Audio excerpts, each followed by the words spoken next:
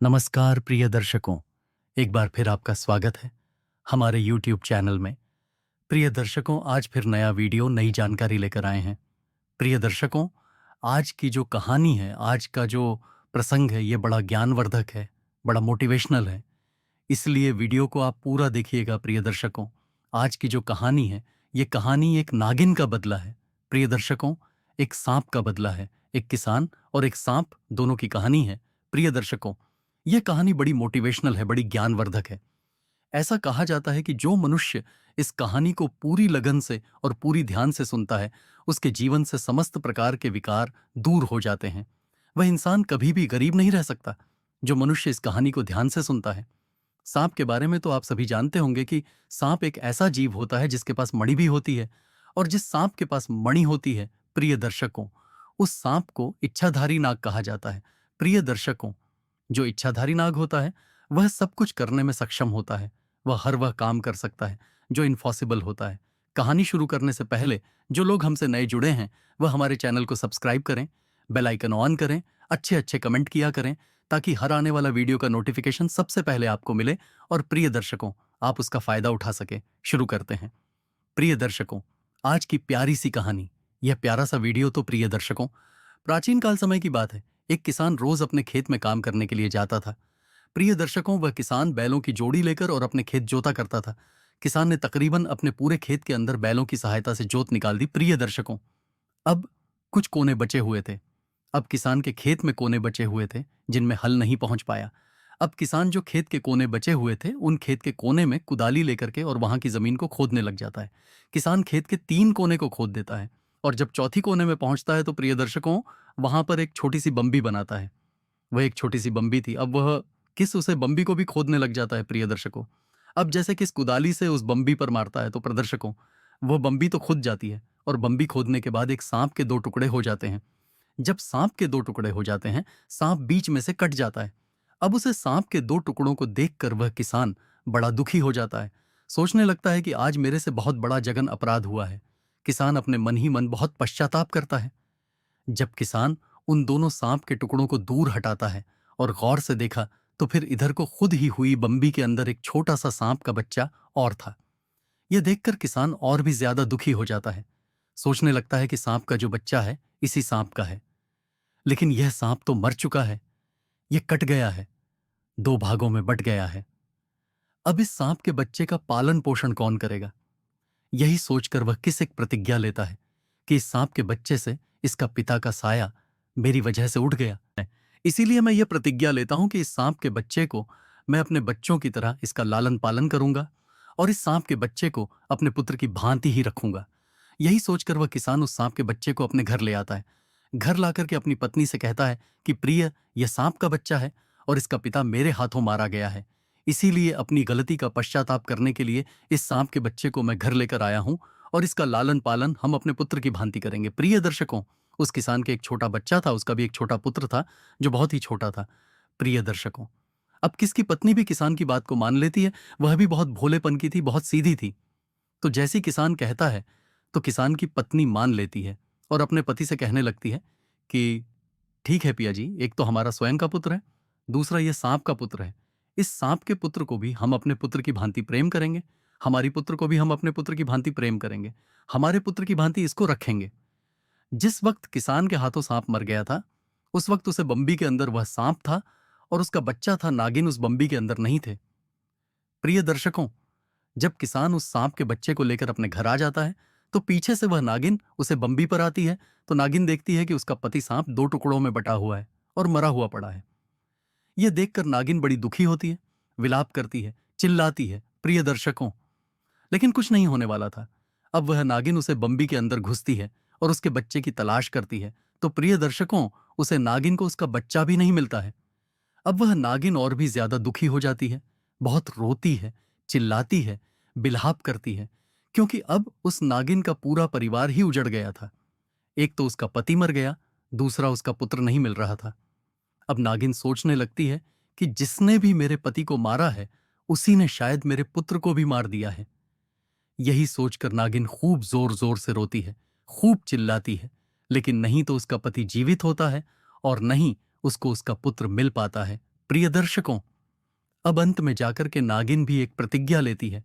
अपने पति की मरी हुई लाश के समक्ष जाकर एक प्रतिज्ञा लेती है। और नागिन प्रतिज्ञा इस तरह की करती है, जिसने भी मेरे पति को मारा है और मेरे पुत्र को मारा है, उसका भी मैं वंश खत्म कर दूंगी, उसके परिवार में एक को भी जिंदा नहीं छोड़ूंगी। इस तरह की प्रतिज्ञा नागिन दे लेती है। अब प्रिय दर्शकों, वह नागिन इस तलाश में लग जाती है कि मेरे पति और मेरे पुत्र का हत्यारा कौन है, उसका कातिल कौन है। इस तलाश में नागिन लग जाती है। अब दूसरे दिन फिर से किसान अपने खेत में जाता है और बची हुई जमीन को उधर से खोदने लग जाता है। अब जैसे ही किसान खेत में पहुंचता है और जमीन को इस कुदाल से खोदने लग जाता है, जी कुदाल से सांप की मृत्यु हुई थी, तो अपनी दृष्टि को वह कुदाल पर, उसे कुदाल पर सांप का खून लगा हुआ था। प्रिय दर्शकों, अब नागिन भी उसे दिन उसे बम्बी पर बैठी हुई थी, अपने पति की लाश के आसपास ही मंडरा रही थी। अब जैसे किसने कुदाल को लेकर के और जमीन खोदने लगता है, तो उस नागिन की नजर उस कुदाल पर चली जाती है और कुदाल को देखती है कि उस पर खून लगा हुआ है। कुदाल पर लगे खून को देखकर नागिन सोचने लगती है कि यह वह किसान है जिसने मेरे पति और मेरे बेटे को मारा है। अब प्रिय दर्शकों, अब नागिन को यह पता चल जाता है कि उसका पुत्र और उसके पति का कातिल कौन है। प्रिय दर्शकों, अब नागिन अपनी प्रतिज्ञा पूरी करने में लग जाती है। अब नागिन सोचने लगती है कि सबसे पहले इस किसान के घर का पता लगाऊंगी, उसके बाद यह पता लगाऊंगी किसके परिवार में कितने सदस्य हैं, उसके बाद एक एक को डसना शुरू करूंगी, एक एक को गिन गिन के मृत्यु के घाट उतार दूंगी। इस तरह की एक रणनीति नागिन बना लेती है। प्रिय दर्शकों, अब जैसे वह किस शाम के वक्त खेतों में से काम बंद करके और अपने घर की तरफ लौटता है, अपने घर को जाता है, तो प्रिय दर्शकों, उस किसान के पीछे पीछे वो नागिन भी किसान के घर की तरफ रवाना हो जाती है। अब जैसे किसान अपने घर के अंदर जाता है, तो प्रिय दर्शकों, नागिन भी उस किसान के पीछे पीछे उसके घर तक पहुंच जाती है। अब किसान घर के अंदर घुस जाता है, किसान की पत्नी दरवाजा बंद कर देती है और नागिन बाहर रह जाती है। अब नागिन किसान के घर के अंदर प्रवेश करने के लिए जगह ढूंढती है, लेकिन उसको कहीं पर भी जगह नजर नहीं आती है। प्रिय दर्शकों, अब नागिन पास में पड़े एक कूड़े कचरे में घुस के बैठ जाती है और इंतजार जाती है कि किसान कब अपने घर के दरवाजे को खोलेगा और कब मैं इसके घर के अंदर प्रवेश करूं। प्रिय दर्शकों, कुछ ही देर बाद में फिर से किसान की पत्नी अपने घर के दरवाजे को खोलती है और कुछ काम के लिए घर से बाहर चली जाती है। प्रिय दर्शकों, इसी मौके का फायदा उठाकर नागिन किसान के घर के अंदर घुस जाती है। अब जैसे ही नागिन किसान के घर के अंदर प्रवेश करती है, तो सबसे पहले किसान का एक छोटा पुत्र नागिन को नजर आता है, जो कि पालने में झूल रहा था। अब नागिन सोचने लगती है कि क्यों नहीं इस किसान के पुत्र को सबसे पहले खत्म करूं, ताकि इसको यह पता चले कि पुत्र का वियोग होता क्या है। यही सोचकर वह नागिन किसके पुत्र के पालने की तरफ जाती है और पालने पर चढ़ करके किसके पुत्र को डस जाती है और प्रियदर्शन को किसान के पुत्र को डसने के बाद किसान के घर से बाहर निकल जाती है। अब जैसी नागिन किसान के घर से बाहर निकलती है, तो की नजर नागिन पर पड़ जाती है। किसान ने देखा कि कोई सांप मेरे घर से निकल रहा है। यह देखकर किसान अपने मन में सोचने लगता है कि मेरे हाथों जिस सांप की मृत्यु हुई थी, यह उसी की नागिन है और यह मेरे घर तक आ गई है। तो इसका मतलब यह है कि इसने मेरे पुत्र को जरूर कोई नुकसान पहुंचाया है। यह सोचकर किसान अपने पुत्र के पालने की तरफ भागता है। पीछे से तभी किसान की पत्नी भी आ जाती है और वह भी उसे नागिन को अपने घर से बाहर निकलते हुए देख लेती है। किसान की पत्नी भी सोचने लग जाती है, इस नागिन ने जरूर मेरे पुत्र को कोई नुकसान पहुंचाया है। तो प्रिय दर्शकों, कसन की पत्नी भी अब अपने पुत्र की पालने की तरफ दौड़ती है। दोनों पति पत्नी अपने पुत्र की पालने की तरफ दौड़ते हैं और अपने पुत्र को जाकर के देखते हैं कि उनके पुत्र को नागिन ने डस रखा है। प्रिय दर्शकों, दोनों पति पत्नी किसान और किसान की पत्नी चिल्लाते हैं, विलाप करते हैं, अपने पुत्र को गोद में उठा लेते हैं और इधर उधर भागने की कोशिश करते हैं। सोचने लगते हैं कि किसी राज्य वेद से इनका उपचार करवा दें।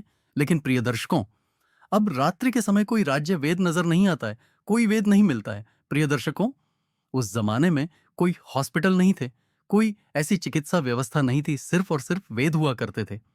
प्रिय दर्शकों, अब कुछ ही देर में किसान के पुत्र के जहर चढ़ जाता है और जैसे ही जहर चढ़ता है तो किसके पुत्र के मुख से झाग निकलने लगते हैं, आंखें नीली पड़ जाती हैं, पूरा बदन नीला पड़ जाता है। धीरे धीरे किसान के पुत्र के प्राण पखेरु उड़ जाते हैं, वह खत्म हो जाता है। दोनों पति पत्नी खूब रोते ही चिल्लाते हैं। लेकिन अब क्या होने वाला है? प्रियज को अंत तक किसान अपने पुत्र का दाह संस्कार कर देता है और अपने दिल पर एक पत्थर मार के विश्वास करता है। सोचने लगता है कि नागिन ने अपना बदला पूरा कर लिया है, उसके पति के बदले मेरे पुत्र की जान ली है, इसीलिए नागिन का बदलाव पूरा हो चुका है। अब मैं नागिन के पुत्र को ही अपना पुत्र समझूंगा और उसी के सहारे हम दोनों पति पत्नी हमारा जीवन व्यतीत करेंगे, क्योंकि नागिन का जो पुत्र हमारे पास है उसको हम हमारे पुत्र की भांति लालन पालन करेंगे।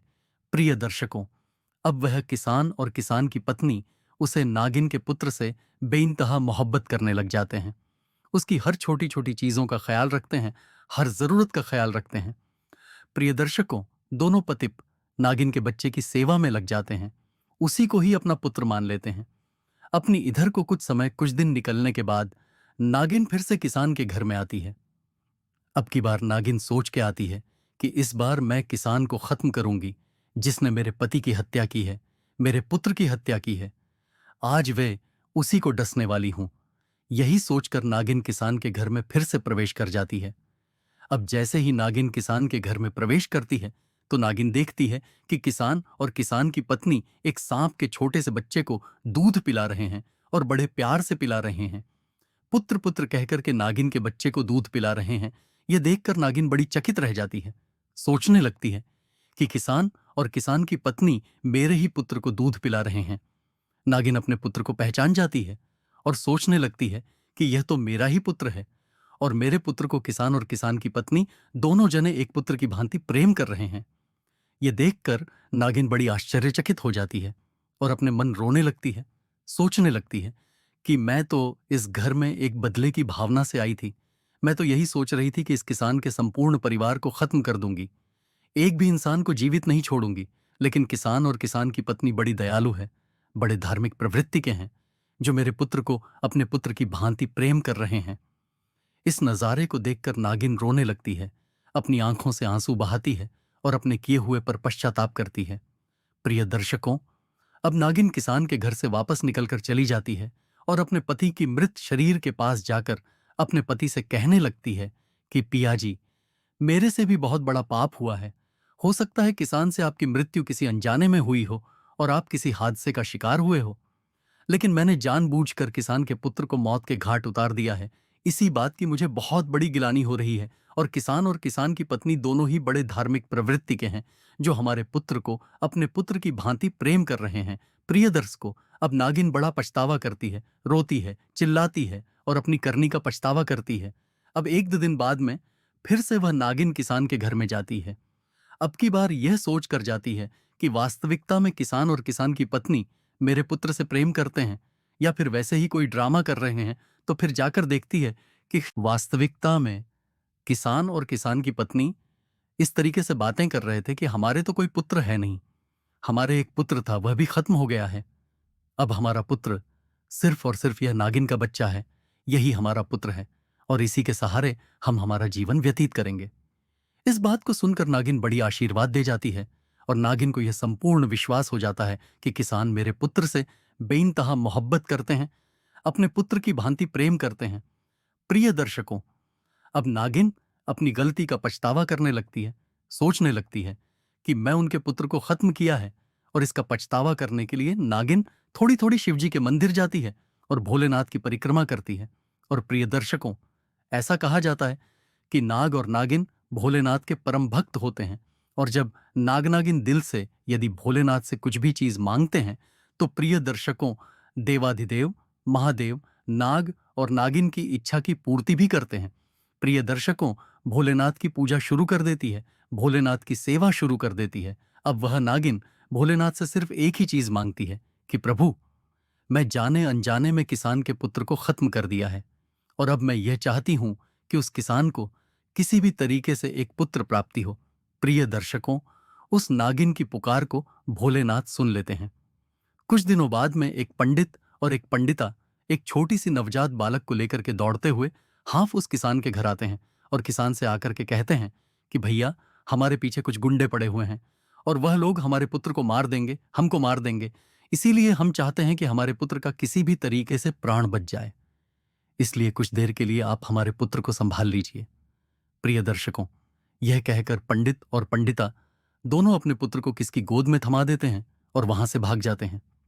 प्रिय दर्शकों, किसान और किसान की पत्नी पंडित और पंडिताइन की पुत्र को गोद में ले लेते हैं और अपने मकान के अंदर चले जाते हैं। प्रिय दर्शकों, अब दूसरे दिन जैसे किसान खेतों में काम करने के लिए जाता है तो वह देखता है कि खेतों में पंडित और पंडिता दोनों मरे हुए पड़े थे। यह देखकर किसान बड़ा दुखी हो जाता है, सोचने लगता है कि जी पंडित पंडिता ने हमें पुत्र दिया है, यह लोग मरे पड़े हैं।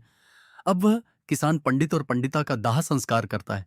उसके बाद किसान और किसान की घरवाली पंडित के पुत्र का लालन पालन करते हैं और उसको अपना ही पुत्र मानते हैं।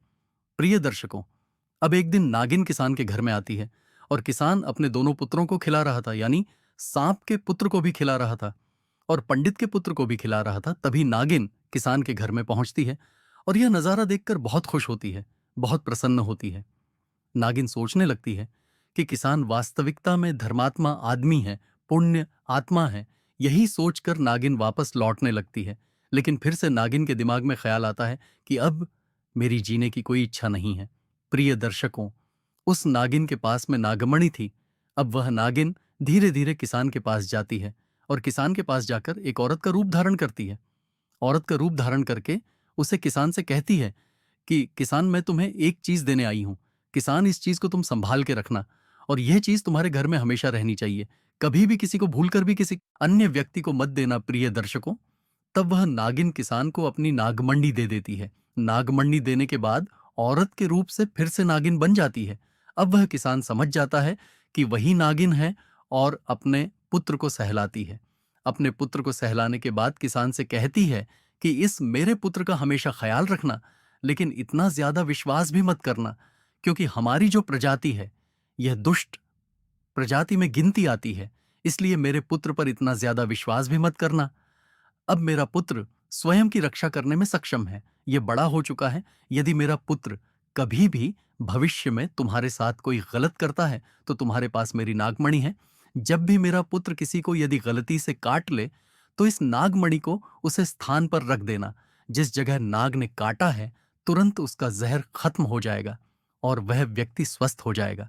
प्रिय दर्शकों, यह कहकर नागिन वापस किसान के घर से निकल जाती है और अपने पति के पास जाकर अपने प्राण त्याग देती है।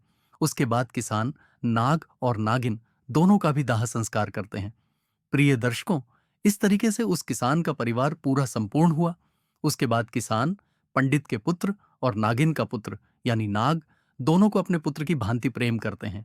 प्रिय दर्शकों, कुछ समय निकलने के बाद किसान भगवान की भक्ति करने लग जाता है, भोलेनाथ की भक्ति करने लग जाता है और उसे भी एक नागमणि प्राप्त होती है। प्रिय दर्शकों, अब वह नागिन का पुत्र भी कभी मनुष्य के रूप में अपने माता पिता के पास आता, यानी किसान के घर आता। इस तरीके से उनका जीवन व्यतीत होने लगा। प्रिय दर्शकों, उस किसान के घर में किसी प्रकार की किसी चीज की कोई कमी नहीं रही। वह हमेशा धर्म में विश्वास रखता था। प्रिय दर्शकों, ये कहानी समाप्त होती है।